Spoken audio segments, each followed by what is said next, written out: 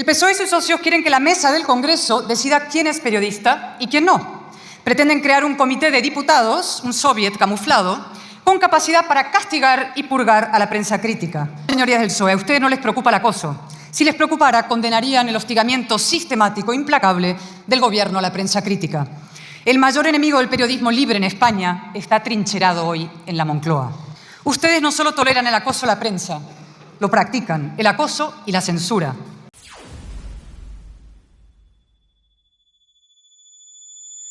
Señorías del Grupo Socialista, lean conmigo este mensaje en X, antes Twitter. Lo firma el todavía presidente del Gobierno. Mi solidaridad con Santos Cerdán y su familia. El acoso de ultraderechistas disfrazados de periodistas no tiene cabida en una democracia. Esto no va de partidos, va de derechos. Un abrazo, Santi. ¿Qué les parece? No me refiero a la encendida defensa del escudero corrupto. En ciertas circunstancias, por ejemplo, el desconocimiento total de los hechos, esa defensa habría sido legítima. Me refiero al señalamiento explícito de los periodistas que lo investigaban. Una reacción liberticida, antidemocrática, un ejemplo perfecto de lo que mi grupo quiere denunciar esta tarde. Desde el minuto 1 el Gobierno activó una estrategia no solo para silenciar y demonizar a todos sus detractores como fascistas, sino para acusarles de hacer exactamente lo mismo que él practica: difundir bulos, falsedades y mentiras. Pues bien, esa estrategia yace hoy en ruinas. En cuanto la verdad asoma, Sánchez se hunde. Señorías, el PSOE y sus socios quieren que la mesa del Congreso decida quién es periodista y quién no. Pretenden crear un comité de diputados, un soviet camuflado, con capacidad para castigar y purgar a la prensa crítica. Señorías, su reforma resuma hipocresía y mala fe. Primero, dicen que su objetivo es acabar con el acoso que sufren algunos políticos y otros periodistas. ¿Seguro? Empiezo con los políticos. Solamente voy a citar un nombre al que ya no pueden pedir perdón: Rita Barberá. Mi grupo repudia, condena toda forma de acoso y a cualquier persona, piense lo que piense, escriba lo que escriba. Nadie puede ser intimidado en ningún espacio público o privado y, por supuesto, tampoco en esta Cámara, ni con una cámara.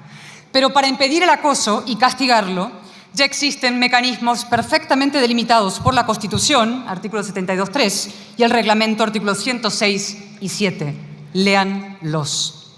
La responsabilidad es de la presidencia del Congreso, sí, de la señora Armengol, la misma que calla ante el señalamiento de periodistas en este hemiciclo, la misma que tolera los insultos a jueces desde esta tribuna, la misma que pisotea el reglamento todos los días, bordeando el delito de prevaricación, si es que no lo ha cruzado ya. Ella es quien debe poner orden en el Congreso y no lo hace porque está a las órdenes del Gobierno.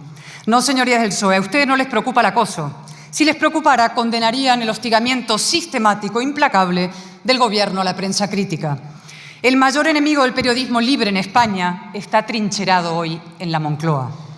¿Qué les parece a ustedes que Sánchez, tras su baja por victimismo, calificara de máquina del fango o fachofera a medios a los que los tribunales han dado la razón sobre la fake catedrática o el Barenboim de Badajoz? Y que un ministro del Gobierno llamara, y perdónenme, ojete, a The Objective por anticipar lo que la UCA ha confirmado sobre la banda del Peugeot. Y que el Gobierno destinara 2.300 millones para asaltar Telefónica y desde ahí lanzarse a por prisa.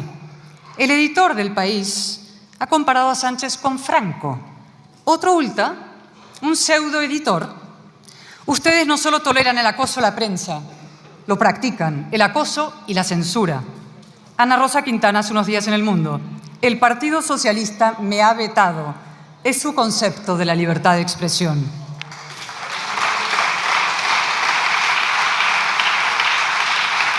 Segundo, dicen ustedes que su reforma pretende preservar las reglas de la cortesía parlamentaria.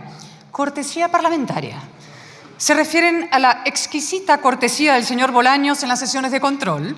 ¿O del señor Puente? ¿A sus insultos? ¿A su desprecio a las preguntas de la oposición con la complicidad de la presidencia? O al ventilador del señor Sánchez, el valiente capitán que lanza su tripulación por la borda para salvarse solo él. Bueno, él y la catedrática. Ustedes confunden la cortesía con el masaje.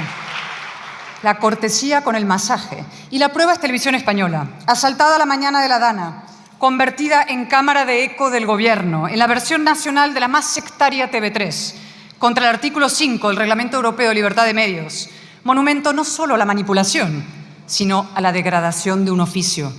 Ahora bien, algunos miembros del equipo de opinión sincronizada empiezan a desmarcarse. Quizá por instinto de supervivencia, es igual. Sigan su ejemplo, señorías. No conviertan esta mesa en un tribunal inquisidor con derecho a expedir carnés de buenos y malos periodistas. Es una involución inaceptable y un precedente diabólico. ¿Lo han pensado a fondo? ¿Han leído las encuestas? ¿Qué pasará cuando haya otra mayoría en esta Cámara? Ya, tienen suerte. No somos como ustedes. No aprovecharemos sus cláusulas liberticidas, las derogaremos. Y tercero, dicen que su reforma responde a la necesidad de respetar el derecho a la información veraz.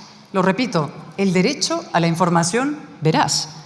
Señorías, este gobierno, sometido a un polígrafo, solo recogería condenas. En Pedro Sánchez todo es fake salvo una cosa, su ansia de poder, sin límites, sin frenos, sin escrúpulos. Ha mentido en todo y desde el primer minuto. La novedad, letal para él y luminosa para España, es que ya nadie le cree. La verdad ha roto el cerco y lo ha roto porque la libertad, también la libertad de prensa, se ha hecho valer. Hoy sabemos que Sánchez mintió a sus propios compañeros de partido a los que les robó las primarias, en Andalucía y en toda España. Hoy sabemos que mintió a todos los españoles cuando presentó una moción de censura para acabar con la corrupción, decía. Ya estaban robando. ¿Qué digo? Montando un entramado de poder para el latrocinio generalizado, para el saqueo de fondos públicos y el desfalco de la soberanía nacional, todo a la vez. Y lo ha confirmado Arnaldo Otegi, el mayor corrupto de España. ¿O acaso hay corrupción mayor que el terrorismo? ¿Que someter a un ser humano con una pistola y a una nación entera con el miedo? Hoy sabemos también que Sánchez mintió cuando justificó la amnistía en aras de la convivencia.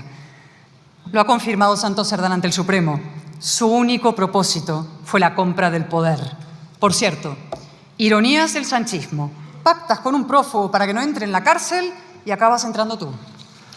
Y luego está lo confirmado por Turull, que por cierto nos lo adelantó el portavoz de Junts en la Comisión Constitucional. ¿Se acuerda, señor Pallés? Asiente con la cabeza. 28 de enero. Yo le reproché al señor Bolaños haber redactado la amnistía a 4 pies con un secuestrador, del señor Boye. Y usted me corrigió. No se equivoque, señor Álvarez de Toledo, la redactamos nosotros en Waterloo.